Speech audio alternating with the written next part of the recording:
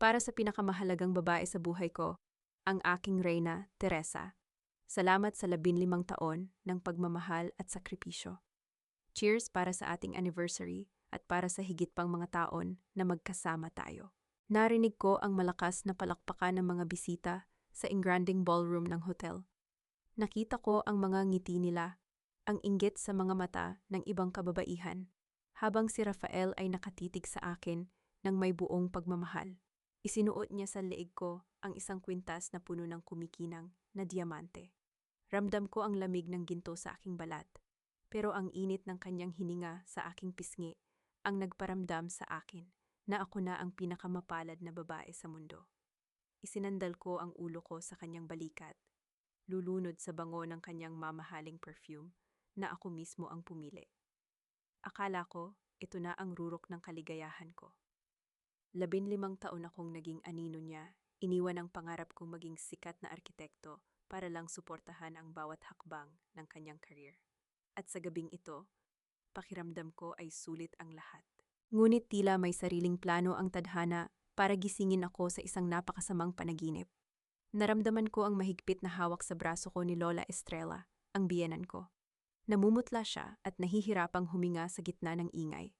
Agad ko siyang inalalayan. Nakalimutan niya ang kanyang maintenance medicine sa suite namin sa itaas. Dahil ayaw kong maabala ang kasiyahan ni Rafael, ako na mismo ang nagpresentang kumuha.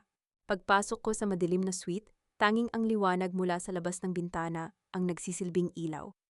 Kinuha ko ang gamot sa bedside table. Paalis na sana ako nang marinig ko ang isang pamilyar na boses mula sa veranda ng katabing silid na konektado sa aming suite. Isang boses na madalas kong marinig sa opisina ni Rafael. Tapos na ba ang drama niyo sa ibaba? Can we go now? Naiinip na ako rito sa taas habang pinapanood kang magpanggap na mahal ang asawa mo. Iyon ang boses ni Bianca, ang executive assistant ni Rafael. Tumigil ang mundo ko. Parang may humigop ng hangin sa paligid ko. Magtiis ka muna, Bianca. Konti na lang. Isinuot ko na sa kanya ang shackles niya. Natuwa naman ang tanga. Akala niya talaga ay regalo iyon. Hindi niya alam na bayad yon para sa lahat ng mga dokumentong pipirmahan niya bukas. Ang boses na yon, yun ang boses ni Rafael. Pero wala doon ang lambing na narinig ko kanina sa stage. Ang boses niya ngayon ay kasing lamig ng yelo, kasing talim ng patalim. Siguraduhin mo lang, Rafael. Sabi mo, kapag nakuha mo na ang huling pirma niya para sa merger, ilalabas mo na ang divorce papers. I don't want to be your secret anymore. Gusto ko na ring maranasan ang maging reyna ng Dela Cruz Realty. Don't worry, babe. Teresa is just a tool. Isang gamit na kailangan ko para makuha ang lahat ng assets ng pamilya nila. Matapos nito, itatapon ko na siya sa kung saan siya nararapat, sa kalsada, na walang kahit isang kusing. Tumawa sila. Isang tawa na tila humihiwa sa bawat hibla ng puso ko. Hindi ako makahinga. Nanigas ang buong katawan ko sa likod ng pintuan. Ang mga kamay kong hawak ang bote ng gamot ay nagsimulang manginig ng hindi ko mapigilan. Gusto kong sumigaw, gusto kong pumasok doon at sampalin silang dalawa. Pero ang mga paa ko ay tila nakabaon sa semento. Ang sakit ay hindi nagmula sa mga mata ko, kundi sa kaloob-looban ng aking kaluluwa. Parang may isang malaking bitak na bumiyak sa pagkatao ko. Ang 15 taon ng pag-aalaga, ang mga gabing puyat ako sa paggawa ng mga designs na ipinapangalan niya sa sarili niya, ang pagtalikod ko sa sarili kong magulang para sa kanya. Lahat ng iyon ay isang malaking kasinungalingan.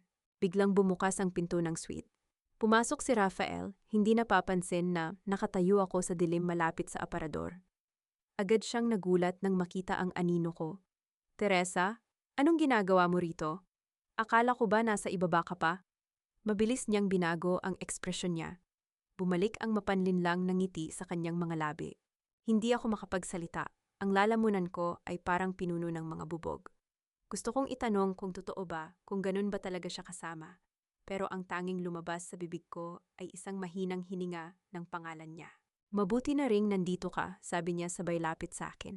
Hinawakan niya ang balikat ko, pero sa pagkakataong ito, ang hawak niya ay parang gapos ng isang kriminal. May nakalimutan pala akong ipakita sa iyo kanina. Kailangan nating ayusin ang ilang papers para sa health fund ni Mama, sabi ng doktor. Kailangan ng immediate transfer ng funds para sa bagong treatment niya. Can you sign this now? Ayaw nating mapatagal pa ang gamot ni Mama, di ba? Inilapag niya ang isang XLP ng mga papel sa mesa. Hindi ko makita ang mga letra dahil sa labo ng paningin ko, dala ng mga luhang pilit kong hindi pinalalabas. Pero alam ko na ito na ang bitag na pinag-uusapan nila ni Bianca kanina. Sign it, mahal, para kay Mama, pag-uulit niya. Ang boses niya ay puno ng peking pag-aalala, pero ang mga mata niya ay nakatitig sa akin na parang isang buwayang naghihintay na lumubog ang biktima. Narinig ko ang mahinang katok mula sa kabilang silid, senyales ni Bianca na nagmamadali na sila. Ang pressure ay tila isang dambuhalang bigat na dumadagan sa dibdib ko. Pakiramdam ko ay nasasakal ako sa loob ng suite na ito. Kailangan kong lumabas. Kailangan kong tumakas. Sa gitna ng udyok ng matinding sakit at ang kagustuhang matapos na ang sandaling ito, kinuha ko ang panulat. Ang kamay ko ay parang may sariling isip habang mabilis na nilagdaan ang huling pahina nang hindi binabasa ang kahit isang salita. Gusto ko lang mawala ang mukha ni Rafael sa harap ko. Ayan na, ibigay mo na yan sa kung sinong gusto mong bigyan. Ang boses ko ay basag, halos hindi makilala. Iniwan ko siyang nakatayo doon, hawak ang mga dokumentong alam kong sisira sa buhay ko. Tumakbo ako palabas ng suite, lampas sa elevator, pababa sa hagdanan habang ang mga luha ko ay tuluyan ng umagos. Hindi ko na pinansin ang mga bisitang tumatawag sa pangalan ko. Pagsapit ko sa lobby, sinalubong ako ng malakas na ulan sa labas. Sumakay ako sa sasakyan ko at pinaandar ito ng walang direksyon. Ang huling nakita ko sa side mirror ay ang figura ni Rafael na nakatayo sa entrance ng hotel. May hawak na wine glass at isang mapait na ngiti ang nakapinta sa kanyang mukha habang pinapanood akong lumayo sa gitna ng unos. Hindi ko alam kung gaano katagal akong nagmaneho sa gitna ng malakas na ulan. Ang tanging naririnig ko ay ang mabilis na pagtibok ng puso ko at ang hampas ng tubig sa windshield ng sasakyan. Ang bawat patak ng ulan ay tila paalala ng bawat taon na ibinigay ko kay Rafael, na ngayon ay napatunayang isang malaking pagkakamali. Pero sa gitna ng dilim, isang mukha ang pumasok sa isip ko, si Lola Estrella. Ang bote ng gamot ay nasa passenger seat pa rin, isang piping saksi sa pagmamadali kong tumakas sa katotohanan. Agad akong nag-U-turn patungo sa ospital. Pagdating ko sa ICU, ang katahimikan sa hallway ay mas nakakabingi kaysa sa bagyo sa labas. Nakita ko ang mga nurse na nagmamadaling pumasok sa kwarto ni Lola Estrella. Tumakbo ako, pilit na hinahabol ang hininga ko. Nang makapasok ako, nakita ko si Lola Estrella na hirap huminga. Ang kanyang mga mata ay naniningkit. Pilit na hinahanap ang aking mukha. Hinawakan ko ang kanyang kamay. Malamig na ito, kasing lamig ng bangkay. Lola, narito na po ako. Ang gamot nyo? Ang boses ko ay nanginginig. Pilit niyang ibinuka ang kanyang bibig. May gusto siyang sabihin. Idinikit ko ang tenga ko sa kanyang labi. Si Rafael, ang mga papel. Huwag kang... Hindi niya natapos ang sasabihin niya. Ang mahabang guhit sa monitor ay naghudyat ng katapusan ng kanyang hininga. Wala na ang kaisa-isang tao sa pamilyang iyon na nagtrato sa akin bilang tunay na anak. Humagulgol ako. Hindi lang para sa kanyang pagpanaw, kundi para sa sarili ko na ngayon ay tuluyan ng naiwang mag-isa sa gitna ng mga lobo. Hindi pa natatapos ang pag-iyak ko nang bumukas ang pinto. Pumasok si Rafael kasama si Victor. Walang bahid ng lungkot sa mukha ni Rafael. Sa halip, ang tanging makikita ay ang pagmamadali at galit. Umalis ka na rito, Teresa, malamig na utos ni Rafael. Hindi niya man lang tinapunan ng tingin ang bangkay ng sariling ina. Rafael, namatay ang nanay mo. Wala ka bang nararamdamang sakit? Sigaw ko sa kanya, punong-puno ng pagkasuklam. Isang mapait na tawa ang isinagot niya sa akin. Lumapit siya at kinuha ang folder na hawak ni Victor. Tapos na ang pag-arte, Teresa. Dahil sa kapabayaan mo, nawala ang pera ng kumpanya. At sa mga papel na pinirmahan mo kanina sa hotel. Inamin mo na doon ang lahat ng krimen mo. Ikaw ang nagnakaw sa De La Cruz Realty. Ikaw ang dahilan kung bakit naghirap ang pamilya ko. Nanlaki ang mga mata ko. Ang mga papel na sinabi niyang para sa gamot ni Lola. Iyon pala ang magsisilbing tali sa leeg ko Nagsisinungaling ka, niloko mo ako. Ang ebidensya ay nasa pirma mo, Teresa. At ngayong wala na si Mama, wala na ring dahilan para manatili ka sa buhay namin, sabi niya. Habang hila-hila ako palabas ng ospital. Dinala nila ako pabalik sa aming bahay. Ang bahay na ako mismo ang nagdisenyo. Ang bahay na itinuturing kong santuwaryo. Pero pagdating namin sa gate, ang mga maleta ko ay nakatambak na sa basang kalsada. Ang mga damit ko, ang mga gamit ko, lahat ay nakakalat sa putikan. Nasaan ang mga anak ko? Rafael, hayaan mo akong makita sina Sofia at Gabriel. Pagmamakaawa ko, pilit na tinutulak ang gate. Wala kang karapatang lumapit sa kanila. Ang isang magnanakaw at pabayang ina ay hindi nararapat sa mga anak ko. Sinabi ko na sa kanila ang lahat, na iniwan mo sila para sa pera, bulyaw niya. Ang sakit ay tila isang kutsilyong paulit-ulit na itinasak sa dibdib ko. Ang sarili kong mga anak, nilasunan niya ang isipan laban sa akin. Hindi ako makapaniwala na ang lalaking pinaglingkuran ko ng 15 taon ay kayang gawin ito. Hinding-hindi ko ito mapapatawad, Rafael. Darating ang araw na pagbabayaran mo ang bawat patak ng luha ko. Sigaw ko habang ang ulan ay patuloy na bumubuhos. Tila nakikiramay sa aking pagkadurog. Lumapit siya sa akin, kinuha ang kamay ko, at sa pilitang hinubog ang aking wedding ring. Wala ka nang babalikan dito. Itinapon niya ang singsing sa gitna ng maputik na kalsada. Pagkatapos ay malakas niyang isinara ang bakal na gate. Ang tunog ng pagkakandado nito ay tila pinal na hatol sa aking buhay. Mula sa araw na ito, hindi na kita asawa, at hindi ka na rin ina ng mga anak ko. Umalis ka na bago ko patawagin ang mga pulis para kaladkarin ka patungong kulungan. Naiwan akong nakaluhod sa putikan. Yakap ang isa kong maleta na basang-basa na. Ang bawat hibla ng dignidad ko ay tila tinatangay ng agos ng tubig baha. Ngunit sa gitna ng panginginig ng aking katawan, isang bagong apoy ang nagsimulang mag-alab sa puso ko. Isang apoy na hindi mapapatay ng kahit anong bagyo. Hindi ko alam kung ilang oras akong naglakad habang hila-hila ang maletang tanging natira sa akin. Ang bawat hakbang ko ay mabigat. Tila ba ang semento ay hinihigop ang natitirang lakas sa aking mga binti. Basang-basa ang aking bestida, ang mamahaling tela na suot ko sa anniversary party kanina, ay naging isang madumi at mabigat na pasanin. Sa bawat sasakyang dumadaan at tumatalamsik ng tubig sa akin, nararamdaman ko ang lalong pagliit ng aking mundo. Huminto ako sa ilalim ng isang waiting shed. Nanginginig ang aking buong katawan, hindi dahil sa lamig ng gabi, kundi dahil sa hapdi ng katotohanang wala na akong matutuluyan. Kinuha ko ang aking bag at hinalungkat ang mga gamit sa loob. Doon, sa gitna ng mga basang tissue at lipstick, nakita ko ang isang lumang notebook ng aking ama. Sa huling pahina nito, may nakasulat na pangalan at address, Attorney Gabriel Santos. Naalala ko ang boses ni Papa noon bago siya mamatay. Sabi niya, kung sakaling dumating ang oras na pakiramdam ko ay tinalikuran ako ng mundo, hanapin ko si Gabriel. Si Gabriel ang taong tinulungan ni Papa noong nagsisimula pa lamang ito. Ang batang scholar na naging isa sa pinakamagaling na abogado sa bansa. Sumakay ako sa isang lumang taxi. Ang driver ay tumingin sa akin nang may halong awa at pagtataka. Marahil dahil sa hitsura kong mukhang galing sa isang trahedya. Pagdating ko sa address, isang simpleng gusali ang tumambad sa akin. Wala nang tao sa lobby, pero bukas pa ang ilaw sa itaas na palapag. Pumanhik ako at tumayo sa harap ng pintuang gawa sa madilim na kahoy. Huminga ako ng malalim, pilit na pinapatatag ang aking sarili. Hindi ako pwedeng magmukhang talunan. Hindi ako pwedeng sumuko. Kumatok ako.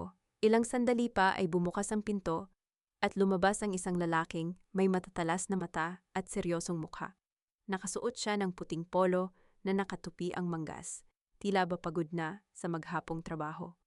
Bakit ka nandito sa ganitong oras, Mrs. De La Cruz? Ang tanong niya. Kilala niya ako. Marahil ay nakikita niya ang mukha ko sa mga business events kasama si Rafael. Hindi na ako si Mrs. De La Cruz, ang sagot ko. Diretso ang tingin sa kanyang mga mata, kahit na ang boses ko ay bahagyang nanginginig. Ako si Teresa Villanueva, ang anak ni Architect Villanueva. Nakita ko ang panandaliang paglambot ng kanyang ekspresyon nang marinig ang pangalan ni Papa. Pinatuloy niya ako at ipinagtimpla ng mainit na tsa. Ikinuwento ko sa kanya ang lahat, ang pagtataksil ni Rafael, ang pagkamatay ni Lola Estrella, at ang mga dokumentong sa pilitan nilang ipinapirma sa akin. Inilabas ko ang kopya ng mga papel na naisukbit ko sa aking bag bago ako pinalayas. Kinuha iyon ni Gabriel at sinimulang basahin. Ang katahimikan sa loob ng opisina ay mas lalong bumigat. Tanging ang tunog ng paglipat ng mga pahina ang maririnig. Habang binabasa niya ang bawat salita, lalong kumukunot ang kanyang noo. "Teresa, alam mo ba kung ano ang pinirmahan mo?" tanong niya habang nakatitig sa mga dokumento. Sabi ni Rafael, "Para iyon sa health fund ni Lola Estrella." Mahina kong sagot. Napailing si Gabriel. Tumayo siya at lumapit sa bintana, tinitingnan ang ulan, na tila wala nang balak tumigil. "Hindi ito tungkol sa health fund. Ang pinirmahan mo ay isang pag-amin na ikaw ang naglipat ng bilyong-bilyong pondo ng kumpanya sa isang dummy account sa labas ng bansa. Sa madaling salita, ginawa ka nilang scapegoat para sa lahat ng mga ilegal na gawain nila." Naramdaman ko ang mabilis na pag-ikot ng paligid. Ang aking puso ay tila nakulong sa isang maliliit na hawla. "Anong ibig mong sabihin?" Humarap sa akin si Gabriel. Ang kanyang mga mata ay puno ng panganib. Inilapag niya ang mga papel sa mesa at itinuro ang isang partikular na clause. "Hindi lang nila kinuha ang pera mo, Teresa. Hindi lang nila kinuha ang mga anak mo. Ang plano nila ay siguraduhing hinding-hindi ka na makakabangon muli. Sa batas, ikaw ngayon ay isang kriminal na nagtatago. They don't just want your money, they want to erase your existence from this world." Nanigas ang aking buong pagkatao. Ang bawat hibla ng aking takot ay napalitan ng isang malamig na determinasyon. Kung ang gusto nila ay digmaan, yun ang ibibigay ko sa kanila. Binuksan ni Gabriel ang isang lumang cabinet sa gilid at inilabas ang isang blueprint. "Ito ang huling proyektong iniwan ng ama mo bago siya nawala." Sabi niya, "Ikaw lang ang makakatapos nito. Panahon na para gamitin mo ang tunay mong talino. Hindi para sa kanila, kundi para sa sarili mo." Hinawakan ko ang blueprint. Iyon ang disenyo ng isang gusali na tila sumisimbolo sa pag-asa. "Handa ka na bang lumaban?" tanong ni Gabriel. Tiningnan ko siya at sa unang pagkakataon, matapos ang ilang oras na pagdurusa, isang maliit na ngiti ang sumilay sa aking mga labi. Wala na silang matitira sa akin, Atyree Santos. At kapag ang isang tao ay wala nang natitirang mawawala, siya na ang pinakamanganib na kaaway. Naging kuta ko ang maliit na opisina ni Gabriel sa loob ng sumunod na mga linggo. Sa umaga, ako ang kanyang tahimik na assistant na nag-aayos ng mga legal na dokumento. Ngunit sa gabi, bumabalik ako sa pagiging arkitekto. Sa ilalim ng malamlam na ilaw ng desk lamp, binabalikan ko ang bawat guhit, bawat sukat, at bawat pirma sa mga nakalipas na proyekto ng De La Cruz Realty. Amoy luma ang mga papel at matapang na kape ang palaging bumabalot sa paligid ko. Ito na ang aking bagong mundo. Isang mundong puno ng mga numero at batas na hindi ko man lang binigyang pansin noon dahil masyado akong nagtiwala kay Rafael. Habang binubuklat ko ang mga file ng De La Cruz Heights, isang high-end condominium project na ako mismo ang nagpuyatan, napansin ko ang isang bagay na hindi tugma. Nanginig ang mga kamay ko habang inihahambing ang orihinal kong disenyo sa mga procurement receipts na nakuha ni Gabriel mula sa isang insider. Hindi ito maaari, bulong ko sa sarili ko. Ramdam ko ang mabilis na pagdaloy ng kaba sa aking dibdib. Ang bakal na dapat ay grade 60 para sa seguridad ng pundasyon ay pinalitan ng mas murang kalidad. Ang semento ay hindi rin sumunod sa tamang halo. Sa papel, ang presyong binayaran ng kumpanya ay para sa mga dekalidad na materyales, pero ang totoo, mumurahin ang ginamit. Milyon-milyon ang nawawalang pondo sa bawat palapag na itinatayo. Dito ko nakita ang bakas ni Victor de la Cruz, ang pinsan ni Rafael. Siya ang head ng logistics at construction site. Kung si Rafael ang utak sa panloloko sa akin, si Victor naman ang daga na unti-unting nagnanakaw sa pundasyon ng sarili nilang mga gusali. Pinapalitan nila ang kaligtasan ng mga tao para sa mabilis na pera. At ang masakit pa rito, ang pangalan ko ang nakalagay bilang lead architect. Kung gumuho ang mga gusaling ito, ako ang unang makukulong. "Nakahanap ka na ba ng ebidensya?" tanong ni Gabriel, nakapapasok lang sa silid. May dala siyang pagkain pero wala akong ganang kumain. "Gabriel, hindi lang pagnanakaw ang ginagawa nila. Nilalagay nila sa panganib ang buhay ng libu-libong pamilya. Victor is cutting costs to the point of criminal negligence. Paliwanag ko, ang boses ko ay puno ng galit at takot. Tumayo si Gabriel sa tabi ko at tiningnan ang mga dokumento. Ito ang hinahanap natin, Teresa. Ang greed nila ang magiging mitsa ng sarili nilang pagsabog. Pero kailangan nating mag-ingat. Maraming mata ang De La Cruz Realty. Hindi pa natatapos ang sinasabi ni Gabriel nang biglang tumunog ang isang lumang cellphone sa loob ng aking bag. Isang burner phone na binili ko para sa mga emergency. Ang pag-vibrate nito sa ibabaw ng lamesa ay tila isang babala na nagpatahimik sa buong silid. Walang nakakaalam ng numerong ito, maliban sa isang tao na binayaran ko para magmanman sa bahay ni Rafael. Sinagot ko ang tawag ng hindi nagsasalita. Tanging ang mabigat na paghinga sa kabilang linya ang narinig ko sa unang ilang segundo. Pagkatapos, isang boses na binago ng electronic distorter ang bumungad sa akin. Masyado ka nang malalim kung humukay, Teresa. Akala mo ba ay ligtas ka dyan sa tinitiguran mo? Isang maling galaw mo pa, at sisiguraduhin naming hinding-hindi mo na muling maririnig ang boses ng mga anak mo. Parang tumigil ang tibok ng puso ko. Ang lamig ay gumapang mula sa aking mga paa hanggang sa aking batok. Sino ito? Huwag niyo silang idadamay. Wala silang kinalaman dito. Sigaw ko. Pero tanging putol na linya na ang sumagot sa akin. Napaupo ako sa sahig. Ang blueprint na hawak ko ay nagusot sa higpit ng kapit ko.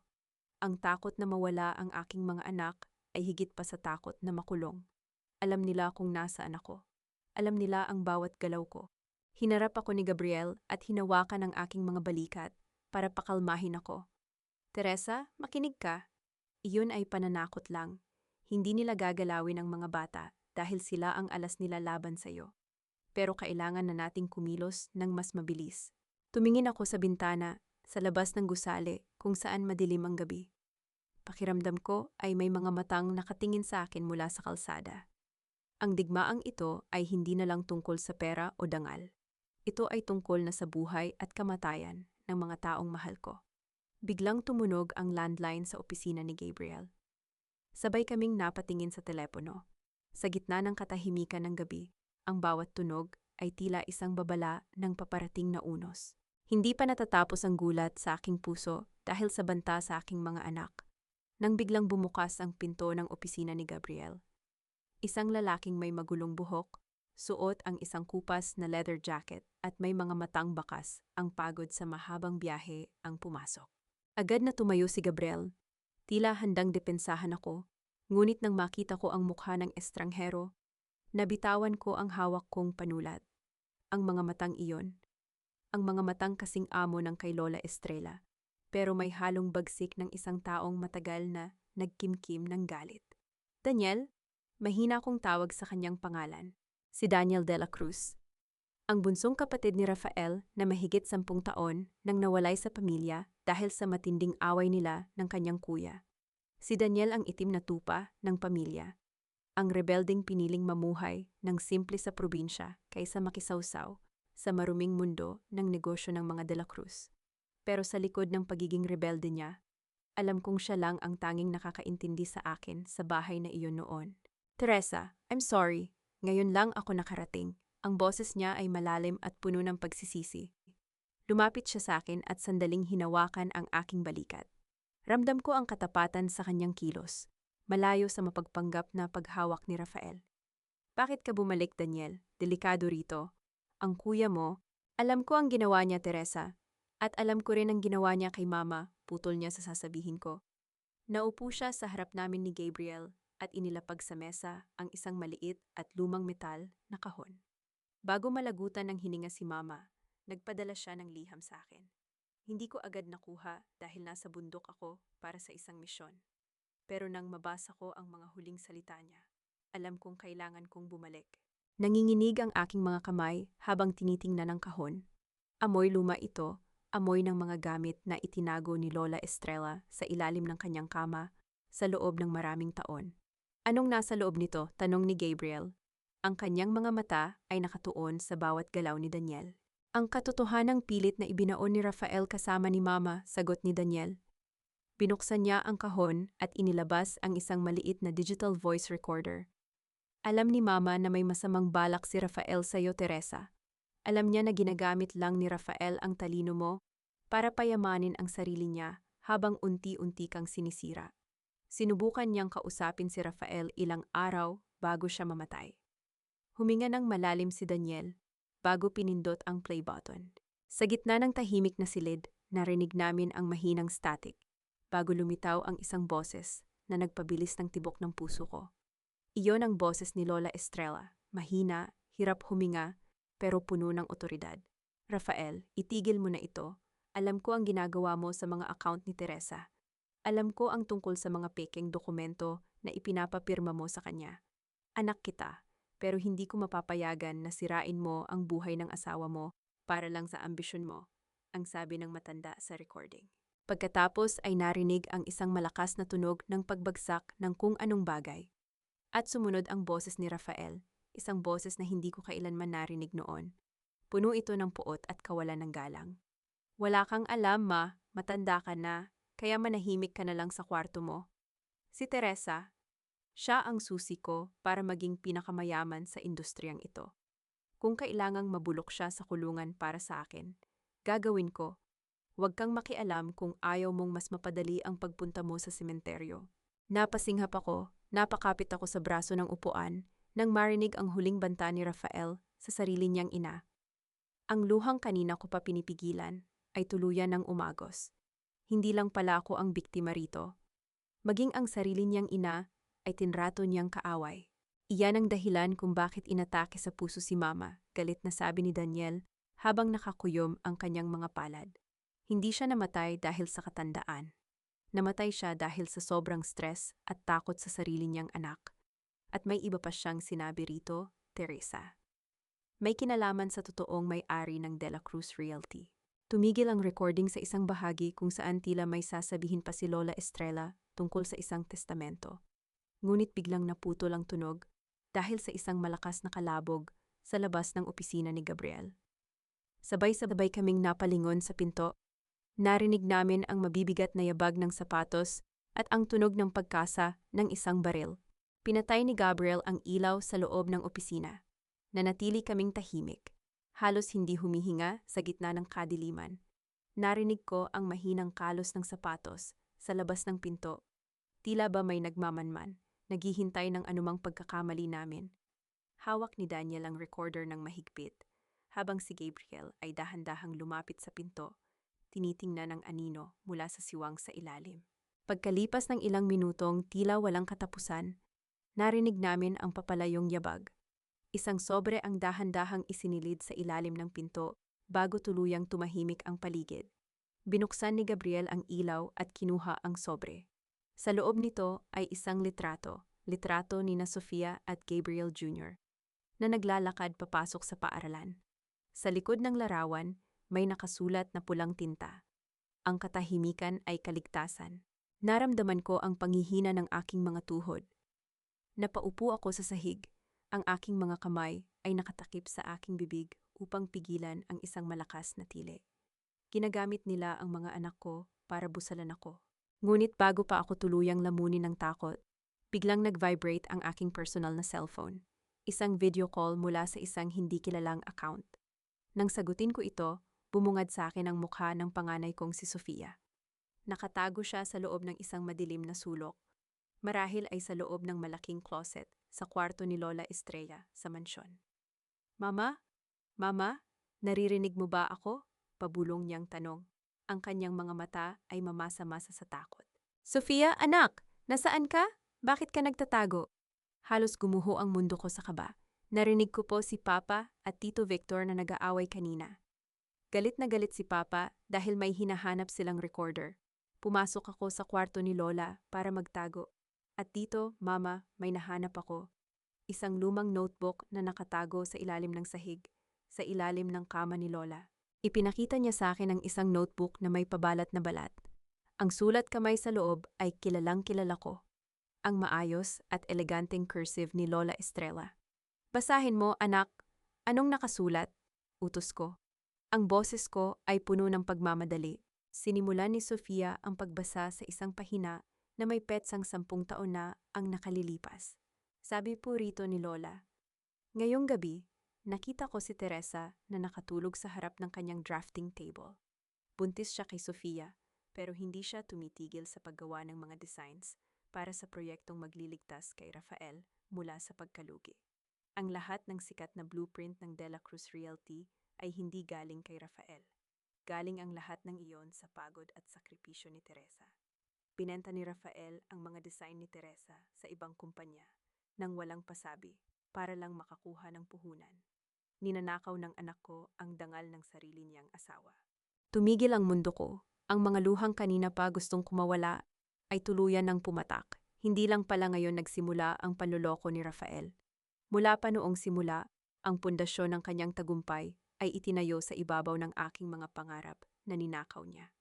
Ang bawat gusaling ipinagmamalaki niya sa buong Manila ay bunga ng aking paghihirap na kinuha niya nang walang paalam. Mama, marami pa pong nakasulat dito, patuloy ni Sofia. Sabi po ni Lola, ikaw daw po ang totoong nagmamay-ari ng kalahati ng shares ng kumpanya. Dahil ang puhunan na ginamit ni Papa ay galing sa benta ng lupaing pamana sa iyo ni Lolo na lihim na ipinangalan ni Papa sa sarili niya. Naramdaman ko ang galit na bumubuo sa aking dibdib. Isang galit na mas matindi kaysa sa sakit. Hindi lang ako basta asawa na itinapon. Ako ang biktima ng isang sistematikong pagnanakaw sa loob ng 15 taon. Sofia, itago mo ang notebook na iyan. Huwag mong hahayaan na makita iyan ni Papa. Naintindihan mo ba? Bilin ko sa kanya. Opo, Mama. Pero Mama, may naririnig akong mga yabag papasok sa kwarto. Parang si Papa. Biglang naputol ang video call. Ang huling narinig ko ay ang tunog ng pagpihit ng doorknob at ang mahinang singhap ni Sofia. Sofia, Sofia, sigaw ko sa telepono. Pero wala nang sumasagot. Ang tanging naririnig ko na lang ay ang mabilis na tibok ng sarili kong puso at ang nakabibinging katahimikan sa loob ng opisina ni Gabriel. Hinarap ko si Daniel at Gabriel. Kailangan nating pumasok sa bahay na yon. Ngayon din. Sofia! Sofia! Paulit-ulit kong tinawag ang pangalan ng anak ko. Pilit na hinihiling na muling bumukas ang camera, na muli kong makita ang kanyang mukha. Pero ang screen ng cellphone ko ay nanatiling madilim at malamig. Ang tanging nakikita ko ay ang sarili kong refleksyon. Isang babaeng gulo-gulo ang buhok, mamasa-masa ang mga mata, at punong-puno ng takot. Teresa, tinang ka lang. Hihinga tayo ng malalim, sabi ni Gabriel, habang hinahawakan ang dalawa kong balikat. Hindi siya sasaktan ni Rafael. Anak niya si Sofia. Gagamitin niya lang ang bata para makuha ang gusto niya. Hindi mo kilala si Rafael, Gabriel. Sigaw ko, ang boses ko ay nanginginig sa galit. He is a monster. Kung kaya niyang saktan ang sarili niyang ina, wala siyang sinasanto. Susugod na sana ako palabas ng pinto nang biglang tumunog ang bell ng opisina. Isang matinding kaba ang bumalot sa amin. Dahan-dahang lumapit si Daniel sa pinto. Ang kanyang mga kamay ay nakakuyom. Inisip ko na baka ang mga tauhan na ni Rafael ang naroon para tuluyan kaming patahimikin. Ngunit nang bumukas ang pinto, hindi isang maton ang bumungad sa amin. Isang babaeng naka-shades, balot na balot ng scarf, ang leeg, at nanginginig ang buong katawan ang pumasok. Nang tanggalin niya ang kanyang salamin, halos hindi ko siya makilala.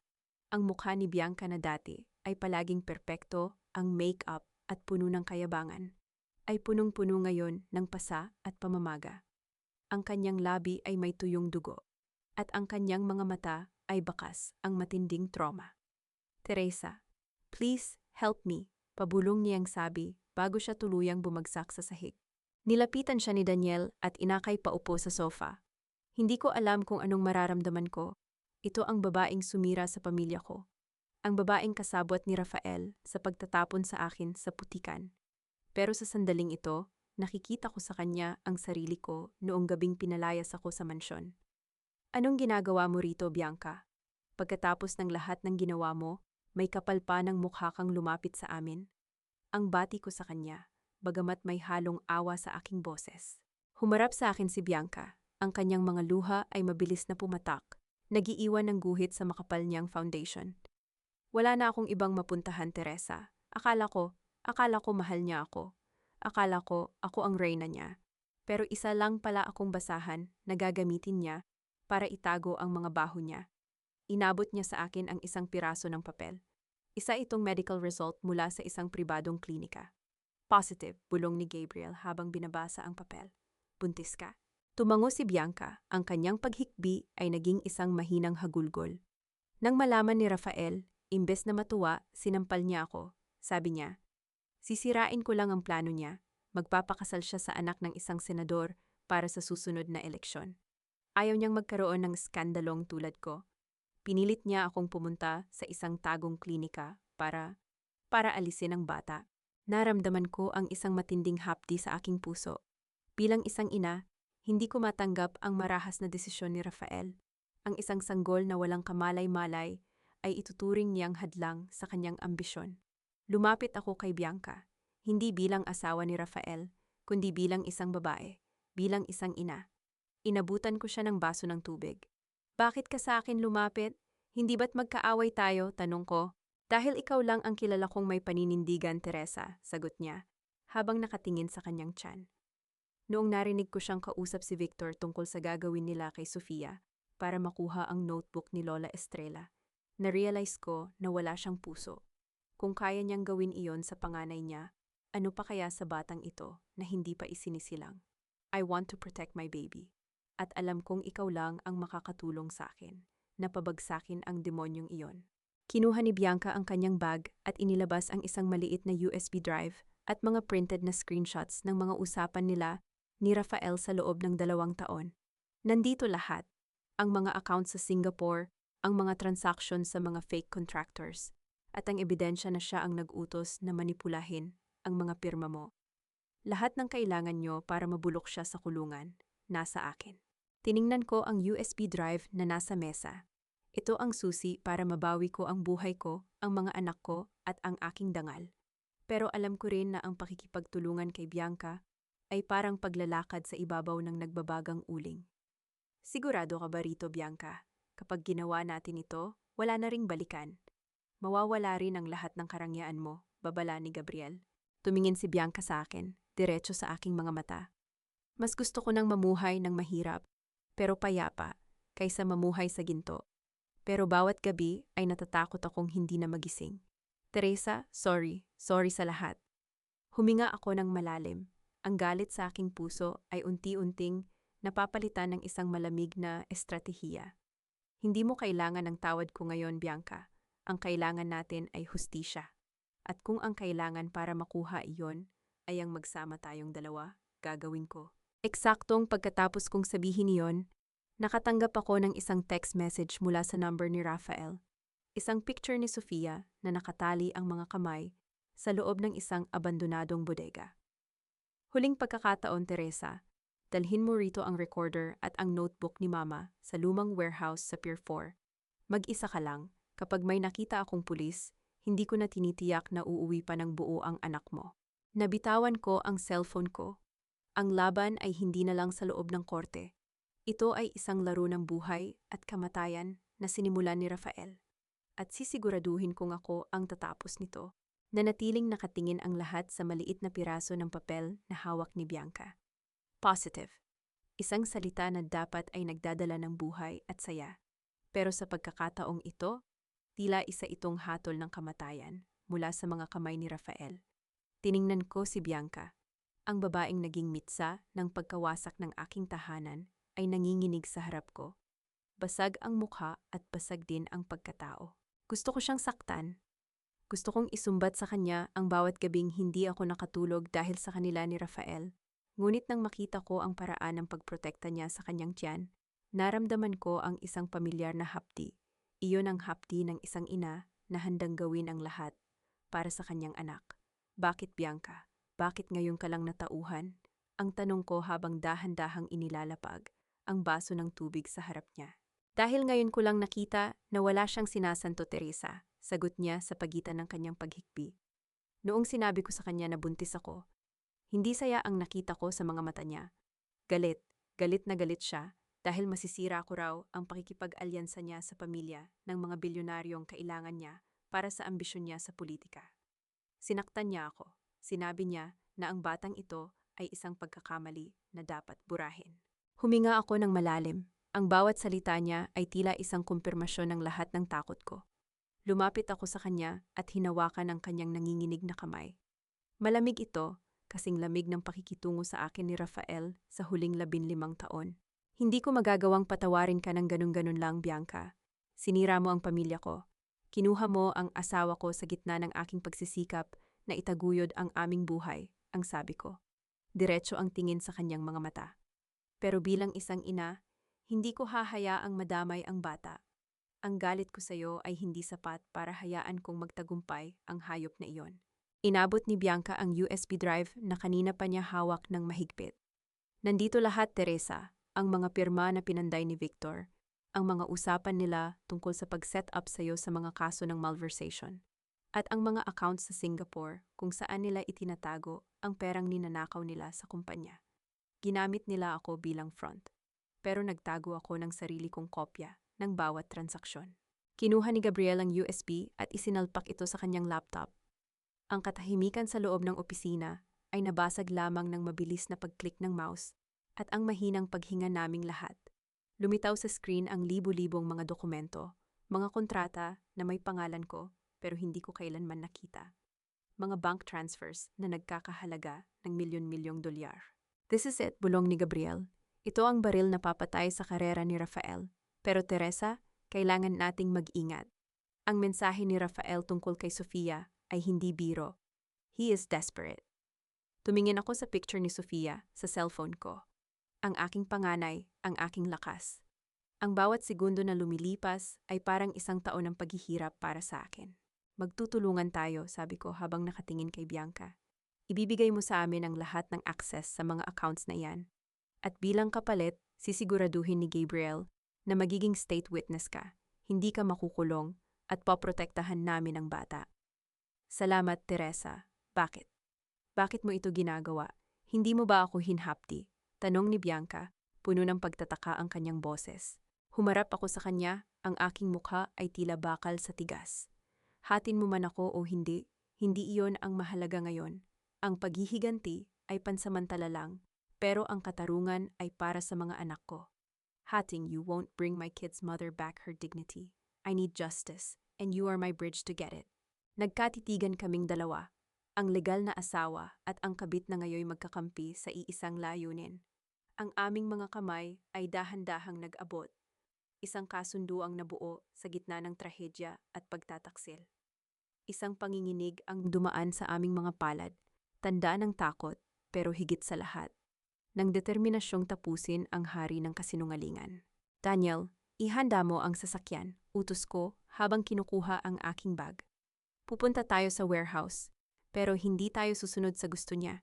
We will play by our rules now.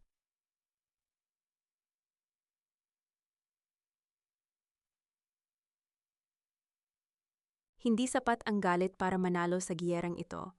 Kailangan ko ng matibay na pundasyon, isang bagay na hinding-hindi na nila muling maibubuwag.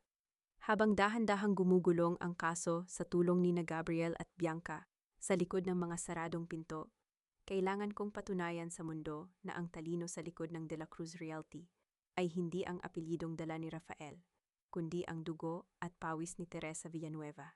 Dito pumasok sa buhay ko si Maribel Flores, isang lumang kaibigan mula sa kolehiyo na dati ring minaliit ng pamilya De La Cruz. Dahil sa kanyang simpleng pinagmulan, si Maribel ang nagbukas ng pinto para sa akin sa isang proyektong ayaw hawakan ng mga malalaking kumpanya, isang socialized housing project para sa mga manggagawa sa labas ng Maynila.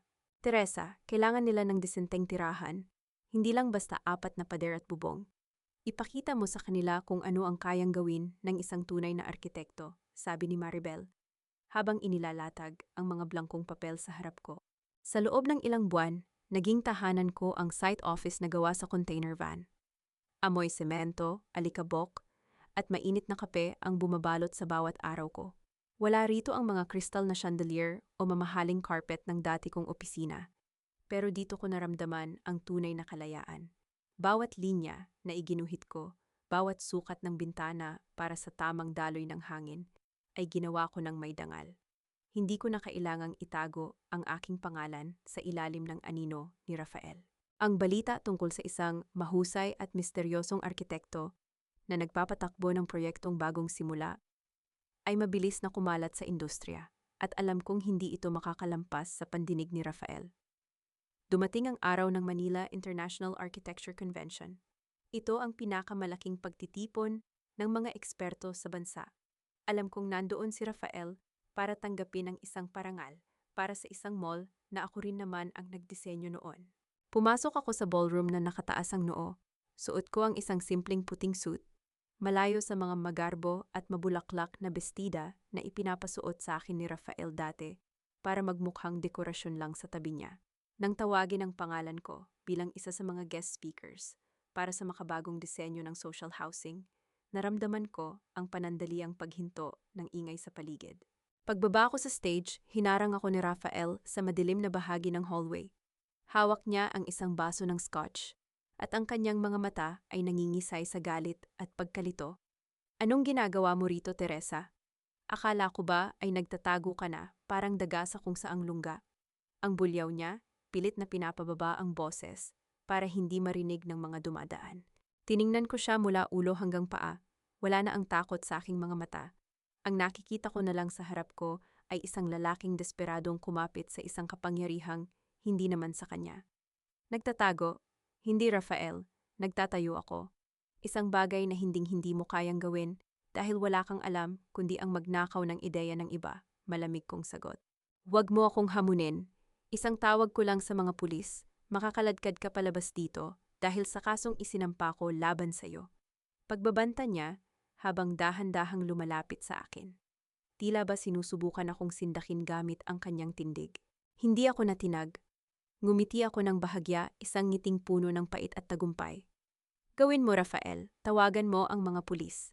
Pero siguraduhin mo na handa ka ring sagutin ang mga tanong nila tungkol sa mga pekeng materyales na ginamit nyo sa De La Cruz Heights. O baka gusto mong pag-usapan natin sa harap ng media kung paano mo pinilit ang asawa mo na pumirma ng mga dokumento habang naghihingalo ang sarili mong ina. Namutla siya, ang baso sa kanyang kamay ay bahagyang nayanig. Sa unang pagkakataon, nakita ko ang takot sa kanyang mga mata.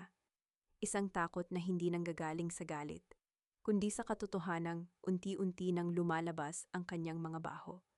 Hindi ka patapos sa akin, Teresa, pagbabanta niya bago mabilis na tumalikod at lumayo. Pinanood ko siyang umalis, ang kanyang bawat hakbang ay tila ba mabigat at puno ng pag-aalinlangan. Alam ko na ang pundasyong itinayo niya sa kasinungalingan ay nagsisimula na ring magbitak-bitak. Ngunit hindi ko napansin ang isang figurang nakatayo sa anino ng kabilang pader, si Victor. Nakatingin siya sa akin, hindi sa galit, kundi sa isang paraang tila ba nagkakalkula kung sino ang susunod na lalaglag sa kanilang dalawa ni Rafael. Malamig ang hangin mula sa aircon ng opisina ni Gabriel, pero nararamdaman ko ang butil-butil na pawis sa aking noo habang nakatitig kami sa computer screen. Kasama namin si Bianca, na kahit takot ay pilit na tinutulungan kami sa pag-trace ng mga huling galaw ng pera sa De La Cruz Realty. Dito namin nakita ang isang bagay na hindi inaasahan ni Victor. Ang unti-unting paglipat ni Rafael ng lahat ng natitirang likidong pondo patungo sa isang offshore account sa Singapore na nakapangalan lamang sa kanya at sa bago niyang target na mapangasawa. Nilalaglag na siya ni Rafael, bulong ni Bianca, habang ang kanyang mga mata ay naniningkit sa bawat numerong lumalabas. Ang mga account na pinamamahalaan ni Victor ay puro utang na lang ang laman. Kapag pumutok ang balita tungkol sa substandard materials sa mga proyekto, si Victor ang haharap sa mga creditors at sa batas, habang si Rafael ay nakalipad na palabas ng bansa. Hindi ko mapigilang makaramdam ng isang kakaibang uri ng kilabot. Alam kong masama si Rafael, pero ang makitang traitor niya, pati ang sarili niyang kadugo na naging kasabwat niya sa lahat ng dumi ay ibang antas ng kasamaan. Sa kabilang dako ng lungsod, sa loob ng mansyon ng mga De La Cruz, alam kong nagsisimula na ring maramdaman ni Victor ang lamig ng pagtataksil. Sa pamamagitan ng isang hidden microphone na itinanim ni Daniel sa silid-aklatan bago siya umalis, narinig namin ang pagtatalo ng dalawa. Rafael, kailangan nating bayaran ng supplier ng bakal sa susunod na linggo. Nagbabanta na silang ititigil ang trabaho sa site. Ang boses ni Victor ay puno ng tensyon. Bawat salita ay tila galing sa isang lalamunang tuyong-tuyo. Ayusin mo yan, Victor. Ibinigay ko na sa'yo ang lahat ng autoridad sa construction, di ba? Huwag mo akong istorbuhin sa mga maliliit na bagay, ang sagot ni Rafael. Nararamdaman ko ang kanyang pagkibit-balikat kahit sa boses lang. Maliliit na bagay? Rafael, milyon ang utang natin. At bakit hindi ko ma-access ang main corporate fund? Sinasabi ng bangko na kailangan ng 2 pirma. Pero bakit parang nabawasan na ang balanse? Masyado ka lang sigurong pagod, pinsan. Magpahinga ka muna. Ako na ang bahala sa bangko, malamig na tugon ni Rafael. Bago namin narinig ang tunog ng pagsasara ng pinto. Nanatiling tahimik ang recording sa loob ng ilang minuto.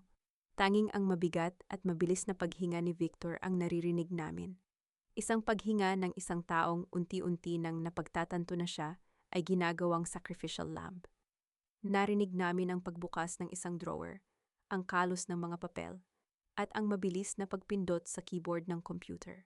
Hindi mo ako pwedeng gawing tanga, Rafael, pabulong na sabi ni Victor sa sarili niya. Ang kanyang boses ay nanginginig sa galit at takot. Kung babagsak ako, sisiguraduhin kong kasama kitang mabubulok sa impyerno.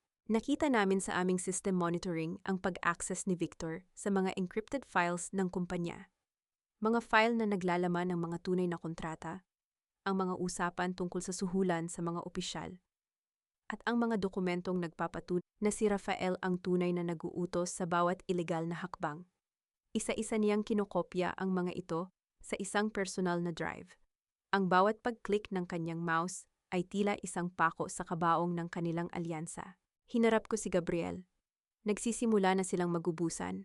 Ang mga daga ay nagkakagulo na sa loob ng lumulubog na barko. Ito ang kailangan natin, Teresa, sagot ni Gabriel. May bahid ng determinasyon ang kanyang mukha. Ang ebidensya mula sa labas ay malakas, pero ang ebidensya mula sa loob mismo ng kanilang kampo ang tatapos sa kanila. Victor is now our unwitting ally. Ngunit sa gitna ng aming pagmamanman, isang mensahe ang pumasok sa telepono ni Bianca. Namutlas siya at halos mabitawan ang kanyang cellphone. Ipinakita niya sa akin ang screen. Isang litrato ni Victor na may hawak na baril, at sa likod niya ay makikita ang takot na mukha ni Sofia na nakatali sa isang upuan. Ang mensahe ay simple lang. Teresa, alam kong nanonood kayo. Kung gusto mong mabuhay ang anak mo, ibigay mo sa akin ang lahat ng kopya ng offshore accounts ni Rafael bago mag-umaga. Ayaw kong maging nag-iisang kriminal dito. Ang aking puso ay tila tumigil sa pagtibok. Ang pagkakaibigan ng mga masasama ay napalitan ng isang desperadong laro kung saan ang anak ko ang nakataya. Ang amoy ng semento at floor wax sa loob ng courtroom ay tila lalong nagpabigat sa hanging kanina ko pa pilit na nilulunok. Nakaupo ako sa tapat ni Rafael, ang lalaking minahal ko ng 15 taon. Pero ngayon ay tila isang estranghero na may malamig at mapanghamong mga mata. Nakasuot siya ng mamahaling suit, maayos ang buhok, at may kampanteng ngiti na tila ba sigurado na siya sa kanyang panalo. Sa tabi niya, ang kanyang abogado ay walang tigil sa pagbabasa ng mga paratang laban sa akin. Magnanakaw, pabaya, nabaliw dahil sa selos. Bawat salitang lumalabas sa bibig nito ay tila isang hampas ng latigo sa aking pagkatao. Tumingin ako sa paligid. Naroon ang mga dating kaibigan namin, ang mga socialite na dati ay kasama ko sa mga charity ball, na ngayon ay nagbubulungan habang nakatingin sa akin ng may halong awa at pangungutya. Your Honor, ang aking kliyente, si Mr. Rafael de la Cruz, ay naging biktima ng isang sistematikong pagnanakaw mula sa sarili niyang asawa. Ang sabi ng abogado ni Rafael, habang itinatinaas ang mga dokumentong may pirma ko. Ginamit ni Mrs. Villanueva ang kanyang posisyon bilang asawa para ilipat ang pondo ng kumpanya patungo sa kanyang mga personal na account. At nang mahuli siya, nag-imbento siya ng mga kwento ng pagtataksil para sirain ang dangal ng isang disenteng negosyante. Nararamdaman ko ang panginginig ng aking mga kamay sa ilalim ng lamesa. Gusto kong tumayo at isigaw sa kanila ang katotohanan, pero hinawakan ni Gabriel ang aking braso. Isang mahigpit na hawak na tila nagsasabing, magtiwala ka sa akin. Your Honor, tumayo si Gabriel. Ang kanyang boses ay kalmado, pero punong-puno ng otoridad na nagpatahimik sa buong silid. Ang mga dokumentong ipinapakita ng kabilang panig ay bunga ng manipulasyon at pananakot. Ngunit hindi kami narito para lang magsalita. Narito kami para ipakita ang katotohanan na pilit na ibinaon sa ilalim ng mga kasinungalingan ni Mr. De La Cruz. Naglabas si Gabriel ng isang digital tablet at ikinonekta ito sa sound system ng korte. Tumingin muna siya sa akin bago tumingin sa huwes. Ang aming ebidensya ay hindi galing sa amin. Ito ay galing sa kaisa-isang tao na pinagkakatiwalaan ni Mr. De La Cruz bago ito pumanaw ang kanyang sariling ina, si Lola Estrella. Nakita ko ang panandaliang pagbabago sa mukha ni Rafael. Ang kanyang kampanteng ngiti ay unti-unting nabura. Pinalitan ng isang bakas ng kaba na pilit niyang itinatago. Nagsimulang tumunog ang recording. Ang boses ni Lola Estrella ay galing sa kabilang buhay. Mahina pero malinaw. Bawat salita niya ay tila isang kidlat na tumatama sa katahimikan ng korte. Alam ko ang ginagawa mo sa mga account ni Teresa, Rafael. Huwag mong sirain ang buhay ng asawa mo para lang sa ambisyon mo. Narinig ang kalabog ng mga gamit, ang sigaw ni Rafael sa kanyang ina, at ang huling banta nito bago atakihin sa puso ang matanda. Ang mga tao sa loob ng courtroom ay sabay-sabay na napasinghap. Ang mga bulungan ay napalitan ng isang nakabibinging katahimikan. Fake yan! Isang malaking kasinungalingan ang recording na iyan. Biglang sigaw ni Rafael, tumayo siya at nanginginig ang kanyang turo-paturo kay Gabriel. Ginamit nila ang AI para gayahin ang boses ng nanay ko. Desperada na ang babaeng iyan, kaya pati ang namayapa kong ina ay dinadamay niya. Your Honor, ang aming technical experts ay handang magpatunay sa autentisidad ng recording na ito, sagot ni Gabriel nang hindi man lang natitibag. Ngunit hindi lang ito ang aming alas. May isa pa kaming saksi na magpapatunay na ang proyektong De La Cruz Heights ay isang malaking bitag ng korupsyon at pagnanakaw. Lumingon si Gabriel sa pintuan ng korte. Ipinapatawag namin ang aming susunod na saksi. Bumukas ang malaking pinto sa dulo ng silid. Ang lahat ay lumingon, kabilang na si Rafael na tila hindi na makahinga sa tindi ng kaba. Inasahan ko na si Bianca ang papasok, dahil iyon ang plano namin. Pero ang taong pumasok ay hindi ang babaeng inaasahan ng lahat. Ang taong naglalakad sa gitna ng hallway, may dalang isang itim na folder at may mga matang puno ng paghihiganti, ay walang iba kundi si Victor De La Cruz. Ang pinsan ni Rafael, ang kanyang kasabwat, ang taong nakakaalam ng lahat ng dumi sa ilalim ng bawat gusaling itinayo nila. Ang mga mata ni Rafael ay nanlaki.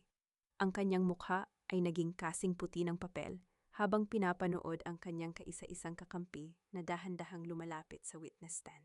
Your Honor, sabi ni Victor, ang boses niya ay gumuho sa bigat ng katotohanan. Handa na akong magsalita at hindi lang si Teresa ang biktima rito. Pati ako, nilalaglag na ng taong itinuring kong kapatid. Tumingin sa akin si Victor at sa unang pagkakataon, nakita ko ang isang kakaibang senyales sa kanyang mga mata. Isang senyales na ang laro ay hindi pa tapos at ang kaligtasan ni Sofia ay may kapalit pa ring kailangan kong bayaran sa labas ng korteng ito. Nanatiling nakapako ang tingin ng lahat kay Victor habang dahan-dahan siyang umuupo sa witness stand. Ang bawat hakbang niya ay tila tunog ng isang paparating na hatol. Tumingin ako kay Rafael. Ang kanyang panga ay mahigpit na nakakuyom at ang mga ugat sa kanyang leeg ay tila puputok na sa galit. Hindi niya inakala na ang sarili niyang pinsan, ang aso na sumusunod sa bawat utos niya, ay kakagat sa sarili niyang amo. Victor, anong ginagawa mo? Umalis ka dyan! Bulyaw ni Rafael, hindi na napigilan ang sarili kahit nasa harap ng huwes. Ang kanyang abogado ay pilit siyang pinauupo, pero tila nawala na sa katinuan ang asawa ko. Manahimik ka, Rafael, balik na sigaw ni Victor. Masyado mo akong minaliit. Akala mo ba hindi ko malalaman na balak mo akong iwanan sa ere habang tumatakas ka patungong Singapore kasama ang bilyon-bilyong pondo na tayo naman ang naghirap na nakawin? Nagkaroon ng bulungan sa buong courtroom. Ang salitang nakawin ay tila isang bomba na sumabog sa gitna ng katahimikan. Kinuha ni Victor ang isang itim na folder at inabot ito sa clerk of court. Your Honor, narito ang lahat ng ebidensya, ang mga tunay na kontrata na pinalitan namin ng mga pekeng pirma ni Teresa. Ang listahan ng mga suppliers na binayaran namin para gumamit ng mahihinang klase ng bakal at semento para sa De La Cruz Heights. At higit sa lahat, ang mga emails mula kay Rafael De La Cruz na nag-uutos sa akin na i-frame up ang asawa niya para sa malversation ng pondo. Habang binabasa ng huwes ang mga dokumento, naramdaman ko ang isang kakaibang pakiramdam sa aking dibdib. Hindi ito saya. Ito ay isang malamig na katarungan. Ang makitang naglalaban-laban ang mga taong nagtulong-tulong para sirain ako ay isang eksenang mas malakas pa sa anumang pelikula. Ngunit hindi pa doon nagtatapos ang lahat. Bumukas muli ang pinto ng courtroom. Pumasok si Bianca. Wala na ang kanyang scarf, wala na ang kanyang shades.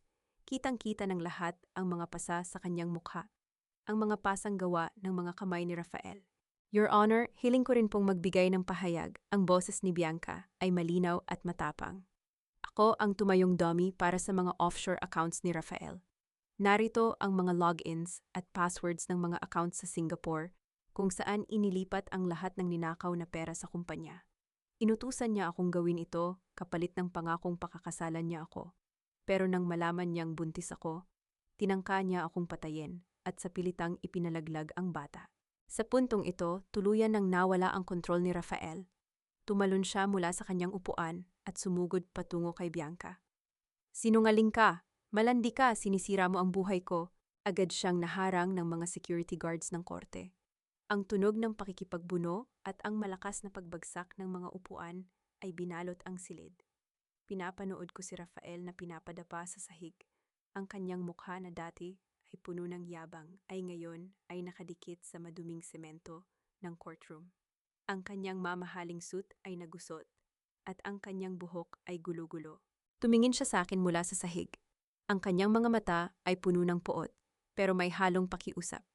Teresa, please, sabihin mo sa kanila na hindi totoo ito.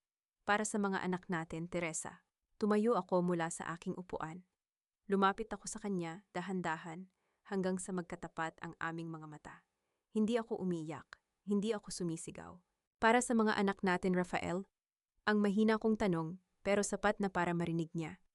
Ang mga anak natin na ginamit mo bilang pain, ang mga anak natin na tinuruan mong kamuhian ang sarili nilang ina. Huwag mong gamitin ang pangalan nila para iligtas ang sarili mong balat. Ngayon, mararamdaman mo kung paano ang mawalan ng lahat. Ang mawalan ng dangal, ng pera, at ng pamilya. Lumingon ako sa huwes. Your Honor, sapat na po ang aking narinig. Hinihiling ko ang agarang pag-aresto sa taong ito. Order in the court ang sigaw ng huwes habang malakas na ibinabagsak ang kanyang gavel sa lamesa. Based on the testimonies and the evidence presented, I order the immediate detention of Rafael de la Cruz and Victor de la Cruz, pending further investigation for fraud, falsification of documents, and attempted physical injuries. Nang ilabas si Rafael na may suot na kungtay, naramdaman ko ang isang malalim na paghinga. Pero bago siya tuluyang makalabas, lumapit sa akin si Victor na binabantayan din ng mga pulis. Teresa, bulong niya. Nasa akin ang susi ng lumang bodega sa Pier 4. Nandoon si Sofia. Bilisan mo dahil baka bumalik ang mga tauhan ni Rafael kapag nalaman nilang nabigo ang plano. Nanigas ang aking buong pagkatao. Ang laban sa korte ay tapos na. Pero ang pinakamahalagang laban para sa buhay ng anak ko ay kakasimula pa lang. Hindi ko na hinintay na matapos ang ingay sa loob ng courtroom. Habang hinihila ng mga pulis si Rafael palabas, ang tanging nasa isip ko ay ang susi na iniwan ni Victor sa lamesa.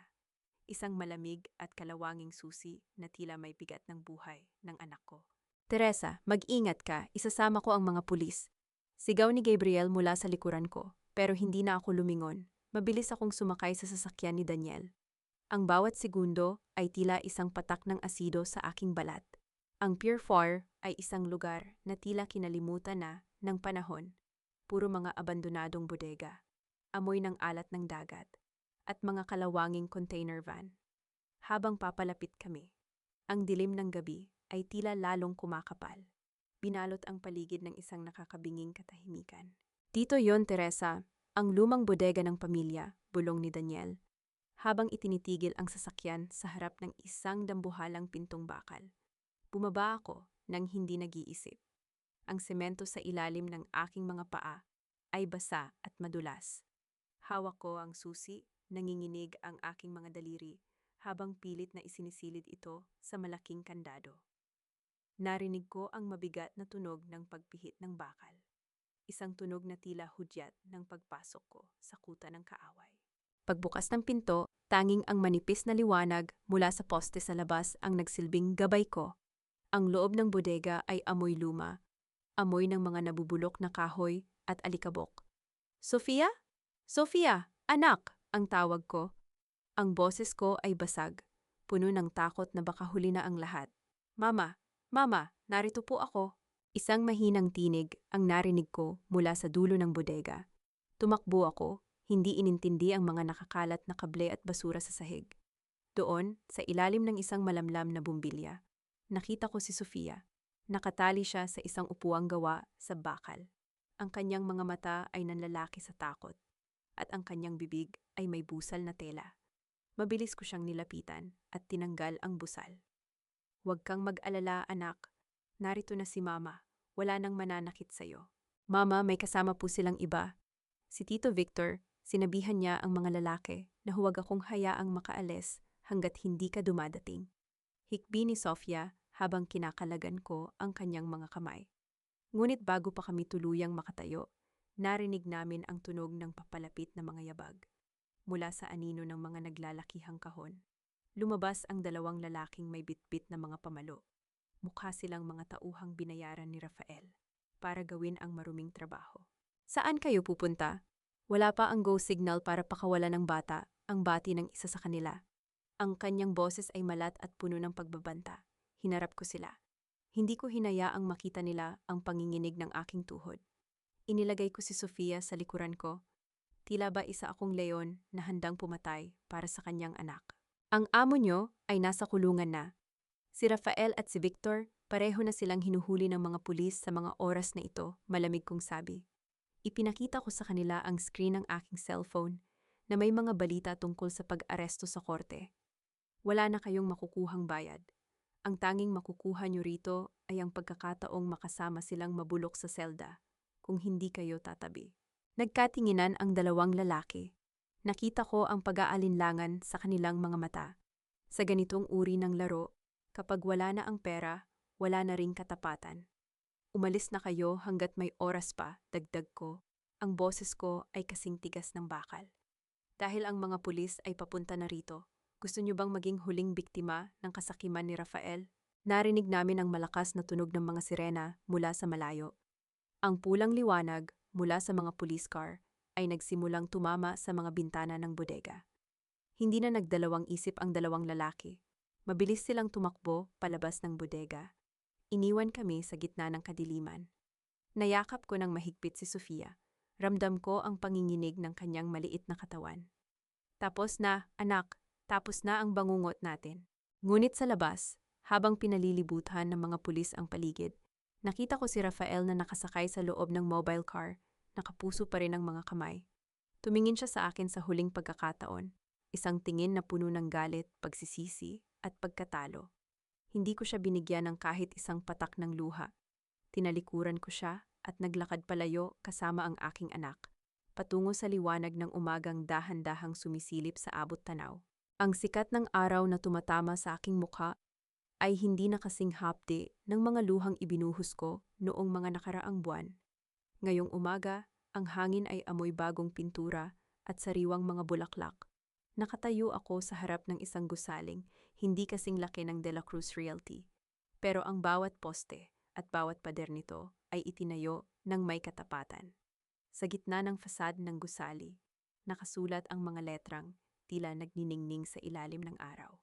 Bagong simula architecture and design firm.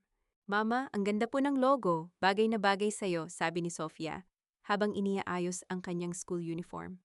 Katabi niya ang kapatid niyang si Gabriel Jr., na ngayon ay masaya nang naglalaro, malayo sa takot na naranasan nila noong sila ay kinuha sa akin ni Rafael. Nakuha ko na ang ganap na custody ng aking mga anak. Ang desisyon ng korte ay malinaw. Dahil sa mga krimen ni Rafael at sa panganib na idinulot niya sa mga bata, wala siyang karapatang lumapit sa amin. Ang pangalang Villanueva ay muli kong binuhay, nilinis mula sa putik. Napilit nilang ipinahid sa akin. Teresa, handa na ang lahat sa loob. Maraming kliyente ang naghihintay na makita ang arkitektong nakatalo sa mga higante. Nakangiting sabi ni Maribel. Lumapit siya sa akin at mahigpit akong niyakap. Siya ang naging sandigan ko noong wala akong matuluyan. At ngayon, siya ang tumatayong business manager ng aking kumpanya. Pumasok kami sa loob ng opisina. Simple lang ang disenyo, puti, malinis, at puno ng mga halaman. Ito ang vision ko ng isang tahanan, payapa at humihinga. Sa isang sulok, nakita ko sina Gabriel Santos at Daniel de la Cruz na masayang nag-uusap. At Timer Santos, Daniel, salamat sa pagdating niyo. Bati ko sa kanila. Hindi ko palalampasin ang araw na ito, Teresa, sagot ni Gabriel. Ang kanyang mga mata ay puno ng paghanga. Ang makita kang nakatayo rito, pagkatapos ng lahat ng pinagdaanan natin sa korte, ay ang pinakamagandang panalo na nakita ko sa buong career ko bilang abogado. Inabot sa akin ni Gabriel ang isang makapal na sobre. Ito ang huling settlement mula sa mga assets na na-freeze ng korte mula kay Rafael. Ang bawat sentimo na kinuha niya sa'yo, pati na ang danyos para sa iyong dangal, ay naririto na. Ang korte ay nag-utos din na ang lahat ng mga proyektong ikaw ang nagdisenyo ay ibalik sa ilalim ng iyong pangalan. Naramdaman ko ang isang malalim na paghinga ng ginhawa. Hindi ko kailangan ang lahat ng perang ito para sa karangyaan. Alam ko na kung saan ito pupunta. Gabriel, gusto kong gamitin ang malaking bahagi ng perang ito para itayo ang Villanueva Foundation, pahayag ko sa kanila. Gusto kong magkaroon ng isang lugar kung saan ang mga kababaihang tulad ni Bianca, ang mga asawang minaltrato at ninakawan ng karapatan, ay makakahanap ng tulong legal at pagkakataong makapagsimula muli. Ayaw kong may ibang babaeng makaramdam ng takot na naramdaman ko noong gabing pinalayas ako sa sarili kong bahay. Tumango si Daniel, ang kanyang mukha ay seryoso pero may bahid ng saya. Matutuwa si Mama Estrella kung nasaan man siya ngayon. Ipinagpatuloy mo ang tunay na diwa ng pamilyang ito na sinira ni Kuya. Nalaman namin kamakailan ang hatol ng korte kay Rafael at Victor. Dahil sa dami ng ebidensya ng malversation, falsification at kidnapping, nahatulan sila ng habambuhay na pagkabilanggo ng walang parol. Si Bianca naman, dahil sa kanyang malaking tulong bilang state witness, ay binigyan ng conditional pardon at ngayon ay tahimik ng namumuhay sa probinsya, kasama ang kanyang sanggol, malayo sa gulo ng Maynila. Lumapit ako sa aking drafting table. Sa ibabaw nito ay ang lumang notebook ni Lola Estrella. Hinawakan ko ang mga pahina nito ng may paggalang. Ang kanyang mga salita ang naging ilaw ko sa gitna ng kadiliman. Teresa, may naghahanap sa iyo sa labas, tawag ni Maribel. Paglabas ko, nakita ko ang isang grupo ng mga kababaihan mula sa social housing project na itinayo ko. May dala silang mga simpleng bulaklak at isang card na gawa ng mga bata. Arkitekto Teresa, salamat po sa pagbibigay sa amin ng disenteng bahay. Dahil sa inyo, hindi na kami natatakot kapag umuulan. Sabi ng isang ginang habang maluha-luhang nagpapasalamat. Doon ko na-realize na ang tunay na tagumpay ay hindi nasusukat sa laki ng gusaling na itayo mo, kundi sa dami ng buhay na nabigyan mo ng pag-asa. Ang kumpanyang ito ay hindi lang basta negosyo. Ito ang aking pahayag sa mundo, na ang isang babaeng dinurog ay kayang bumangon, kayang lumaban, at kayang magtayo ng isang mundong mas matibay kaysa sa dati. Tumingin ako sa salamin sa lobby.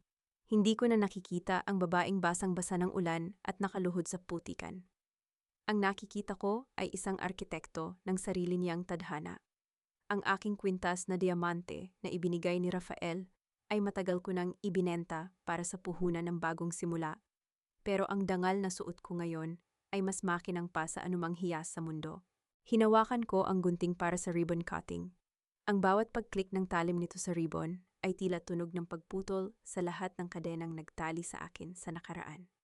Para sa aking mga anak, para sa aking ama, at para sa bawat babaeng nangangarap na makalaya. Bulong ko bago tuluyang pinutol ang laso. Ang palakpakan ng mga tao sa paligid ay naging musika sa aking pandinig. Ito na ang aking bagong simula. Isang simula na wala ng mga lihim, wala ng takot, at higit sa lahat, puno ng pagmamahal sa sarili.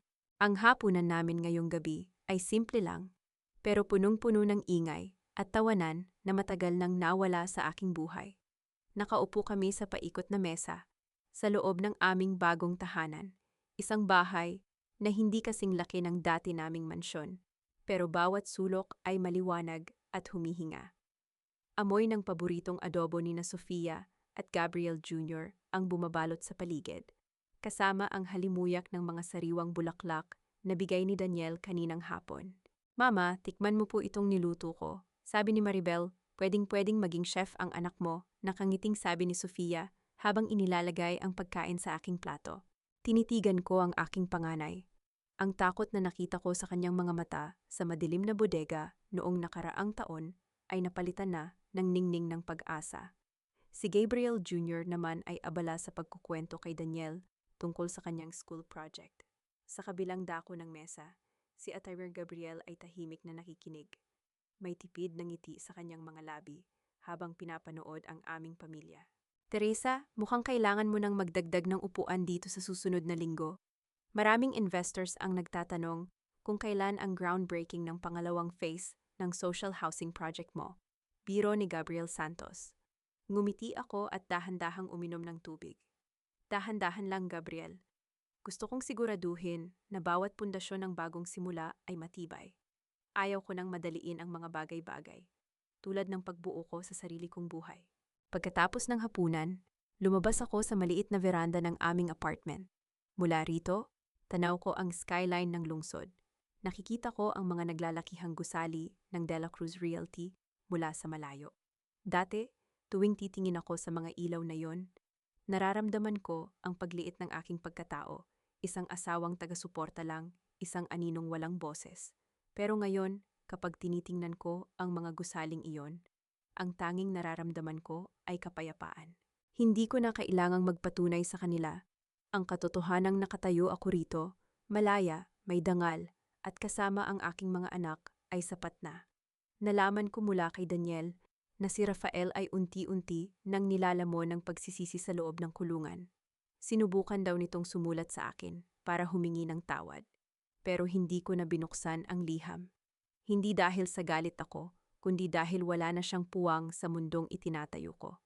Ang pagpapatawad ay hindi para sa kanya, kundi para sa sarili ko, upang tuluyan na akong makalaya sa mga tanikala ng nakaraan. Naramdaman ko ang mahinang paghawak ni Sofia sa aking kamay. Tumabi siya sa akin at sumandal sa aking balikat habang nakatingin din sa mga bituin. Mama, iniisip mo pa rin ba sila? Tanong niya sa mahinang boses. Huminga ako ng malalim at hinaplos ang kanyang buhok. Hindi na, anak. Iniisip ko lang kung gaano ako kapalad na meron akong kayo, na kahit anong unos ang dumating, nanatili tayong magkasama.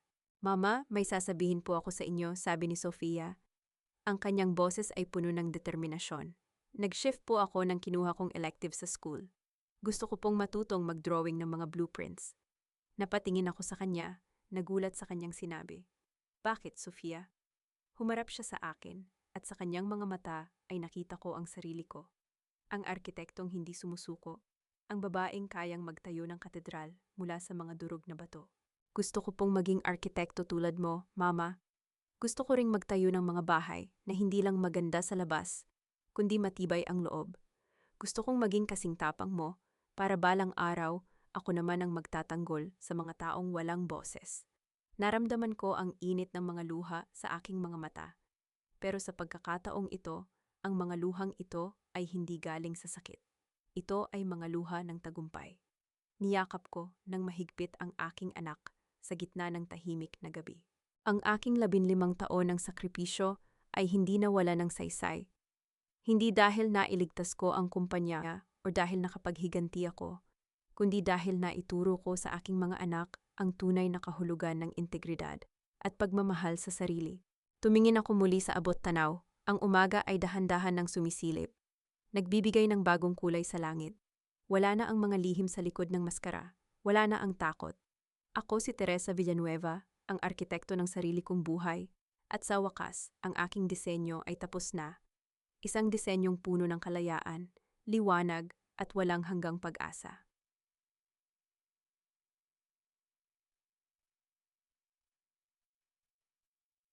Tunay ngang ang bawat pagtatapos ay isa lamang disguise na simula. Ang mga luhang dumilig sa tuyong lulupa ng ating pagkatao ang siya ring magpapatubo sa mga bulaklak ng ating bagong bukas. Mga mahal kong tagapakinig, dito nagtatapos ang paglalakbay ni Teresa, ngunit ang inyong sariling kwento ay patuloy pang isinusulat. Maraming salamat sa inyong matiyagang pakikinig at pagsama sa bawat pait at tamis ng kanyang pakikipagsapalaran.